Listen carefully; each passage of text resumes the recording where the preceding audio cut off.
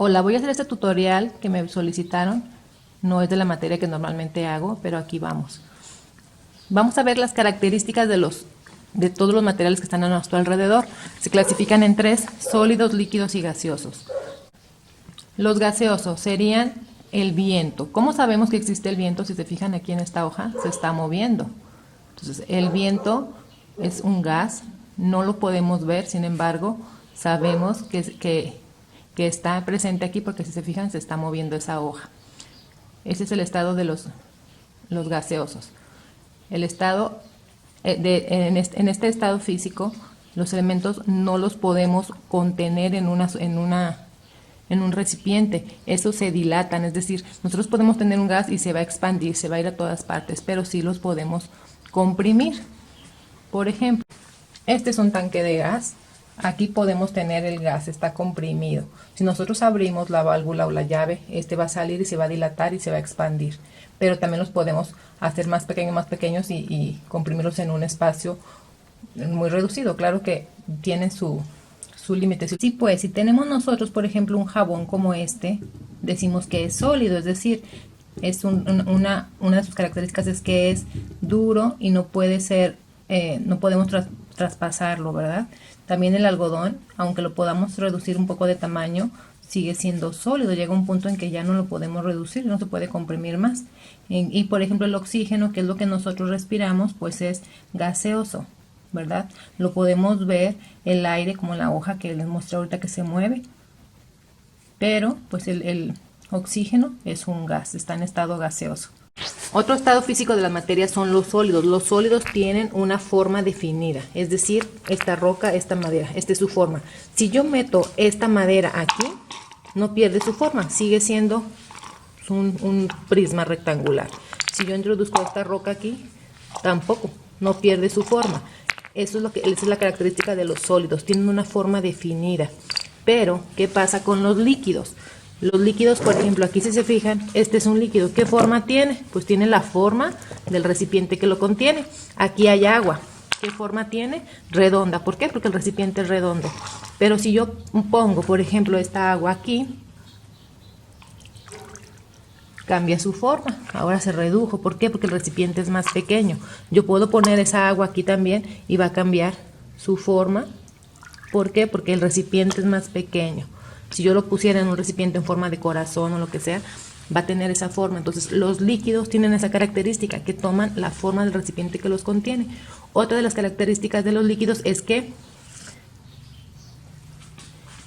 ¿qué pasa? Pues fluye, ¿verdad? Corre. Si yo lo tiro, ese fluye. Esa es la principal característica de los ríos. ¿Cómo es que llegan a los mares? Pues porque fluyen. Entonces, todos los líquidos tienden a fluir. Cosa que no hacen los sólidos. Yo tiro esta, pues ahí se queda, no va a avanzar. Entonces los sólidos no fluyen, los líquidos sí.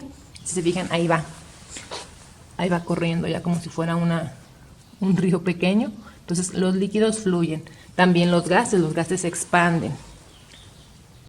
El agua la conocemos en su estado sólido en forma de hielo. Pero ¿qué pasa cuando ese hielo nosotros lo ponemos en calor? Veamos.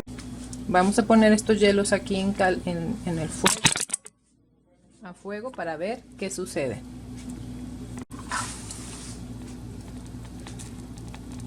Vemos ahí que empieza a derretirse.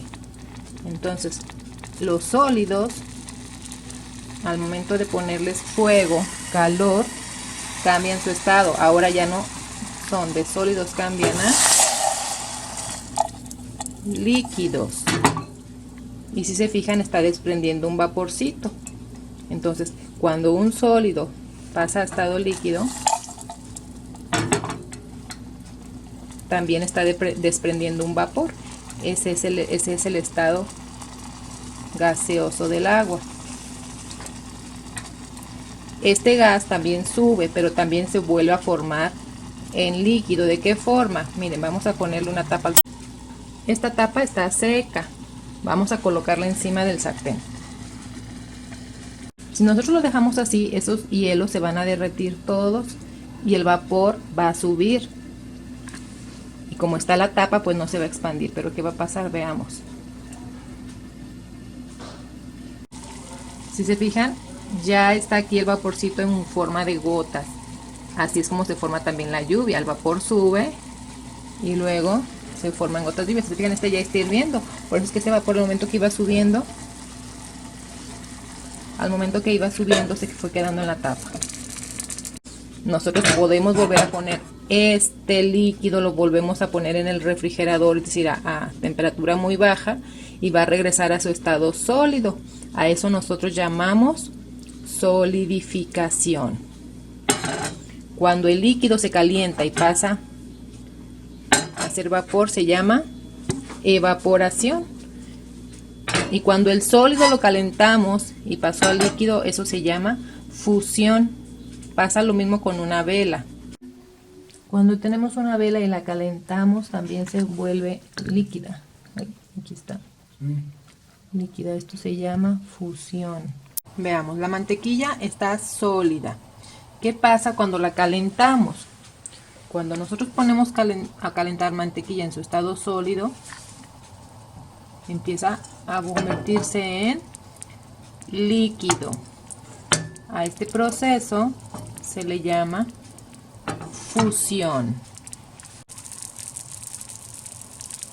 Así pues, en el ciclo del agua que aparece en la página 82, bueno, ¿cuándo ocurre la evaporación? Cuando el agua de los océanos o de los ríos se evapora, es decir, sube en forma de vapor gracias a los rayos del sol. ¿Cuándo sucede la fusión? Es decir, de sólido se convierte a líquido. Bueno, pues cuando está la nieve y esta se derrite con los rayos del sol y se convierte en agua. ¿Cuándo sucede la solidificación? Es decir, cuando está en líquido y se convierte en sólido. Bueno, pues cuando está en las nubes y hay bajas temperaturas, lo que hace que al momento de que caiga ya no cae el líquido, cae en forma de granizo. Entonces ahí cuando cae la precipitación en nieve, ahí se ocurre el proceso de solidificación, es decir, de líquido se convierte en sólido, o sea, en granos de nieve o granizo.